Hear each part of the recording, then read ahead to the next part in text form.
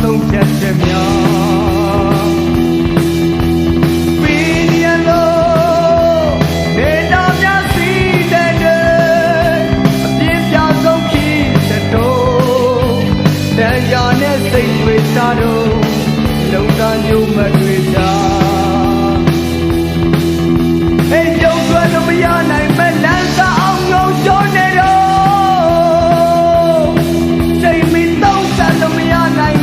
သွားတဲ့ဒီဆုံးဖြတ်များငါလည်းရှင်းသွင်းမဲ့လမ်းမထွက်သုံးသပ်ခဲ့ခံယူချက်များတွင်ကြတဲ့ပကဲငါစိတ်သိရတဲ့မောငါလည်းကြောစားရဲ့ဆုံးဖြတ်တဲ့မရင်ရဲ့တောက်တဲ့တိတ်တင်များခိလဖြတ်သမို့တွေဆုံးဖြတ်များမမဆို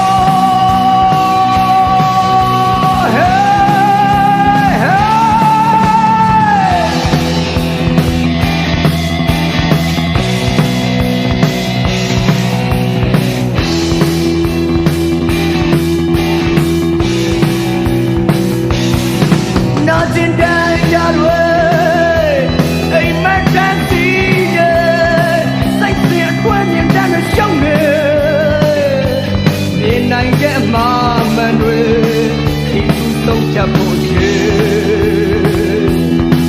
ငါမအိမ်မက်မှုတော့ပေါ်ဒုက္ခ